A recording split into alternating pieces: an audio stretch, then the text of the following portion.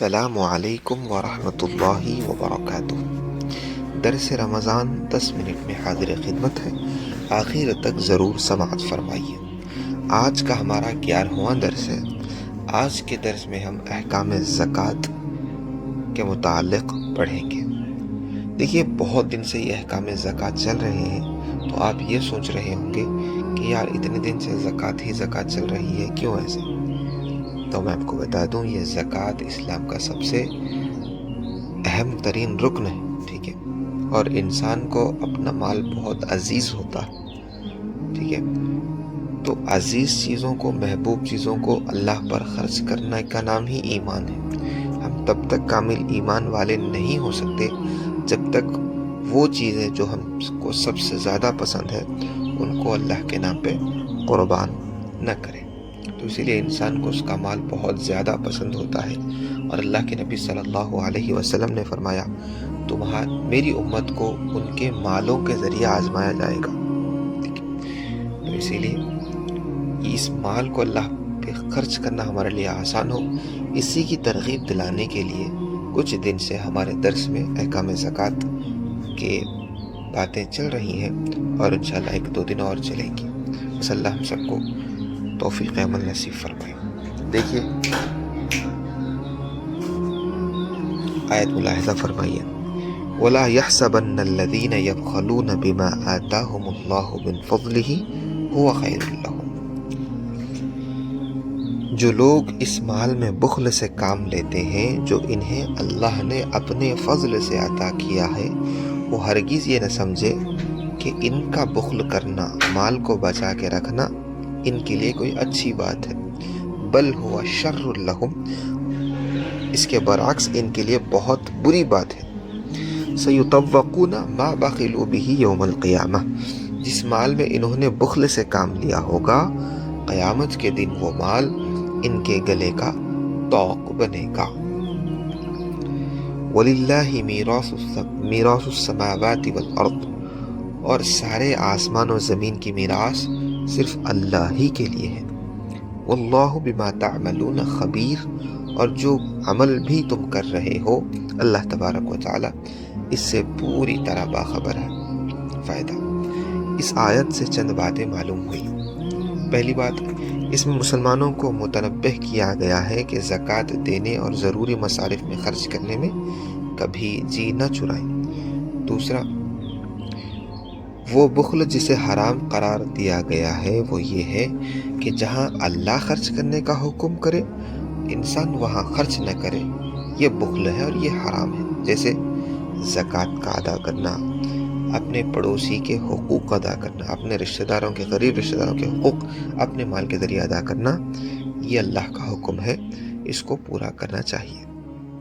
تیسری بات، بخل کے شرعی معنی ہے جو چیز اللہ کے راہ میں خرچ کرنا کسی پر واجب ہو، اس کو خرچ نہ کرے، اس کو بخل کہتے ہیں، اور اسی لیے بخل حرام ہے کیونکہ اس پر جہنم کی شدید وعیدیں ہیں۔ اور آج کل دنیا جو ہے savings, fix deposits, investments, insurance کے نام پہ انسان کو اللہ کے راستے میں خرچ کرنے سے روک رہی ہے۔ یہ پورے چیزیں جتنے بھی ہیں نا، یہ بخل کی علامتیں ہیں۔ پیسہ جمع کرنے کے لیے کبھی نہیں ہوتا۔ یہ فکس ڈپازٹ کا مال اگر فکس ڈپازٹ میں ہی رہ گیا، نہ ہمارے استعمال میں آیا، نہ اس کے ذریعے ہم نے کسی اور کا فائدہ کیا، تو وہ مال وہی ہوگا جو اس اوپر والی آیت میں بتایا گیا ہے کہ طوق بنے گا اور گلے میں ڈالا جائے گا۔ اللہ ہماری حفاظت فرمائے۔ دیکھیے، دنیا وہ راستہ بناتا ہے جس کا تعلق طاغوتی طاقتوں سے ہوتا ہے۔ یعنی اللہ کہتا ہے خرچ کرو، دنیا کہتی ہے کہ جمع کرو، سیونگز کرو، میوچل فنڈز میں انویسٹ کرو، ایسا کرو، ویسا کرو۔ یہ ساری باتیں، ہم وہ راستے پہ نہیں چلیں گے جس کو دنیا کے لوگوں نے اپنے جو ہے چھوٹے چھوٹے دماغوں سے بنایا ہے۔ ہم اس راستے پہ نہیں چلیں گے۔ ہم خود تراشتے ہیں منازل کے سنگ میل، ہم وہ نہیں جسے زمانہ بنا گیا، ٹھیک ہے؟ ہم لوگوں کے پیچھے نہیں چلیں گے، ہم تو اللہ اس کے رسول کے پیچھے چلیں گے۔ چلیے آئیے احادیث کی طرف چلتے ہیں۔ رسول اللہ صلی اللہ علیہ وسلم نے فرمایا، جس شخص کو اللہ تبارک و تعالیٰ نے مال و زر عطا فرمایا ہو اور اس نے اس میں سے زکوٰۃ ادا نہ کی ہو تو قیامت کے دن اس کا مال و زر گنجے سانپ کی شکل میں تبدیل کر دیا جائے گا، جس کے آنکھوں پر 2 سیاہ نقطے ہوں گے۔ پھر وہ سانپ اس کے گلے میں بطور طوق ڈال دیا جائے گا۔ طوق کہتے ہیں وہ گلے میں وہ ڈالتے نا، پرانے زمانے میں گلے میں ایک لوہے کی رنگ ڈالتے تھے، اس کو کہتے ہیں طوق، جس کے آنکھوں پر 2 سیاہ نقطے ہوں گے۔ پھر وہ سانپ اس کے گلے میں بطور طوق ڈال دیا جائے گا اور وہ اس سے کہے گا کہ میں تیرا مال ہوں، تیرا خزانہ ہوں، میں وہ ہوں جسے دنیا میں تو بچا بچا کے چھپا چھپا کے گن گن کے رکھتا تھا، آج مجھ سے کیوں دور بھاگتا ہے؟ اس کے بعد آپ صلی اللہ علیہ وسلم نے یہ آیت پڑھی جو ابھی اوپر تلاوت کی گئی ہے، وَلَا يَحْسَبَنَّ الَّذِينَ يَبْخَلُونَ، آخر تک۔ اور یہ حدیث بخاری شریف مشکات شریف میں لکھی ہوئی ہے۔ دوسری حدیث حضرت ابن عمر رضی اللہ عنہ روایت کرتے ہیں کہ میں نے رسول اللہ صلی اللہ علیہ وسلم کو ارشاد فرماتے ہوئے سنا، آپ فرماتے تھے، جو شخص تم میں اللہ اور رسول پر ایمان رکھتا ہو، اس کو چاہیے کہ اپنے مال کی زکوٰۃ ادا کرے۔ یہ وہ باتیں تھیں جو قرآن و حدیث کی روشنی میں ہمارے سامنے آئی تھی۔ اب چلتے ہیں مسنون دعا کی طرف۔ دیکھیے، ہم میں سے ہر کوئی چاہتا ہے کہ ہمارے رزق میں برکت ہو، لیکن وہ اسباب اختیار نہیں کرتے جن سے حقیقی طور پر رزق میں برکت ہوتی ہے۔ 2 دعائیں ہیں جو میں نے اپنے والد مرحوم رحمۃ اللہ علیہ سے یاد کی ہیں، وہ میں آپ کو بھی بتاتا ہوں۔ ایک دعا تو وہ ہے جو وضو کے درمیان پڑھی جاتی ہے، بہت جامع اور بہترین دعا ہے، اس کو ضرور یاد کر لیں۔ دعا کچھ یوں ہے، اللہم اغفر لی ذنبی ووسع لی فی داری وبارک لی فی رزقی۔ دوبارہ سنیے، اللہم اغفر لی ذنبی ووسع لی فی داری وبارک لی فی رزقی۔ کلی کرنے، وضو میں کلی کرتے ہیں نا، تب سے لے کے پیر دھونے تک یہ دعا کو مسلسل پڑھتے رہیں۔ انشاءاللہ اس دعا کی برکت سے آپ کے وہ، اب جب کلی کریں گے تو وہ گناہ جو آپ کے زبان سے ہوئے ہوں، جب آپ ہاتھ دھوئیں گے تو وہ گناہ جو آپ کے ہاتھوں سے ہوئے ہوں، جب آپ پیر دھوئیں گے تو وہ گناہ جو آپ کے پیروں سے ہوئے، تمام معاف ہو جائیں گے۔ اور ان گناہوں کا معاف ہونا اور اس دعا کا پڑھنا ہمارے لیے قبولیت کا اور برکت کا ذریعہ بنے گا۔ دوسری دعا، دونوں سجدوں کے درمیان جو وقفے میں ہم بیٹھتے ہیں، بہت بہترین وقت ہے۔ نبی صلی اللہ علیہ وسلم نے ہمیں دعائیں سکھائی ہیں۔ ہم یا تو دعا ہی نہیں پڑھتے، اگر پڑھتے بھی ہیں تو چھوٹی دعا پڑھتے ہیں، رب اغفر لی، جبکہ بڑی دعا جامع ہے اور اس کے معنی بھی بہت بہترین ہے، اور دونوں سجدوں کے درمیان کا جو وقت ہوتا ہے وہ کافی بہترین وقت ہوتا ہے۔ اس میں یہ دعا پڑھنی چاہیے، رب اغفر لی وارحمنی وعافنی واہدنی واجبرنی وارزقنی۔ 6 کلمات ہیں، دوبارہ دیکھیے، رب اغفر لی وارحمنی وعافنی واہدنی واجبرنی وارزقنی۔ اس کی عادت ڈال لی، انشاءاللہ اس دعا کی برکت سے آپ کے رزق کے مسائل حل ہو جائیں گے اور خوب برکت ہوگی۔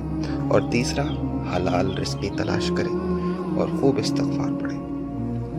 اب چلتے ہیں احکام و مسائل کی طرف۔ پچھلے درس میں کچھ 4 باتیں بتائی گئی تھیں جن کا ہونا ضروری ہے، یعنی جب وہ ہوں گی تو تبھی زکوٰۃ ہوگی۔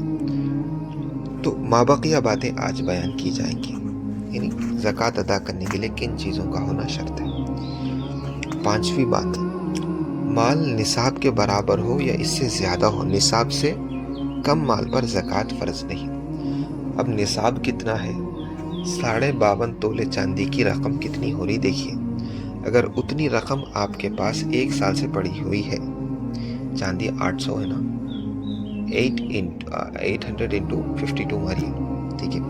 اب وہ جو نکل کے آتا ہے اماؤنٹ، وہ اگر آپ کے پاس 1 سال سے ہے پڑا ہوا اور آپ کو قرض بھی نہیں ہے، تو پھر آپ کے پاس نصاب کا مال موجود ہے اور اس پر 1 سال گزر چکا ہے، آپ پر زکوٰۃ فرض ہے، ٹھیک ہے۔ صرف 7.5 تولہ سونا کی طرف مت جائیے، اگر چاندی بھی اگر آپ کے پاس 52.5 تولے ہو یا اس کے برابر آپ کے پاس مال ہو، پیسہ ہو، تو جو ہے اس پر زکوٰۃ فرض ہوگی۔ نمبر 6، مال ضرورت اصلیہ سے زائد ہو، ضرورت اصلیہ مطلب وہ چیزیں جو انسان کی زندگی میں ضروریات میں داخل ہیں، جیسے گاڑی ہے، گھر ہے، برتن ہے، بستر ہے، یہ چیزیں یہ زکوٰۃ میں داخل نہیں ہوں گی، یعنی جو نصاب کاؤنٹ ہوگا اس میں یہ چیزیں نہیں آئیں گی۔ نمبر 7، مال پر پورا 1 سال گزر جائے، سال پورا ہونے سے پہلے زکوٰۃ واجب نہیں۔ مثال کے طور پہ آپ کے پاس وراثت کے طور پہ مال آیا، آپ جو ہے کچھ مال کے مالک بنے، اور مالک بن کے 1 سال ہو گیا۔ اب جب 1 سال ہو جاتا تب آپ پہ زکوٰۃ واجب ہوتی، اس سے پہلے آپ پر زکوٰۃ واجب نہیں ہوگی۔ نمبر 8، یہ بہت ضروری بات ہے، مال بڑھنے والا ہو، تجارتی مال ہو، جیسے سونا، چاندی، مویشی، بھیڑ بکری، یعنی جو بڑھتا ہو، ٹھیک ہے، جیسے، اور جو مال بڑھنے والا نہیں ہو اگرچہ وہ ضرورت سے زائد ہو، اس پر زکوٰۃ نہیں، جیسے زائد مکان یعنی گھر، استعمال کرنے کی گاڑی، برتن، فرنیچر، سواری، حفاظت کے لیے ہتھیار، مطالعے کی کتابیں، ان چیزوں پر زکوٰۃ واجب نہیں۔ یہ تھی وہ باتیں جو آج کے درس میں ہمارے سامنے آئی ہیں۔ امید ہے کہ ہم اس کو بار بار سنیں گے، سمجھیں گے اور اس پر عمل کر کے ثواب کے ارادے سے اس کو آگے بھی شیئر کریں گے۔ اللہ تبارک و تعالی ہم سب کو توفیق عمل نصیب فرمائے۔ تو پھر اپنا خیال رکھیے، دعا میں یاد رکھیے۔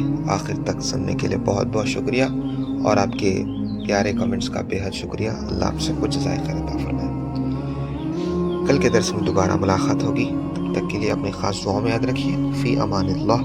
السلام علیکم ورحمۃ اللہ وبرکاتہ۔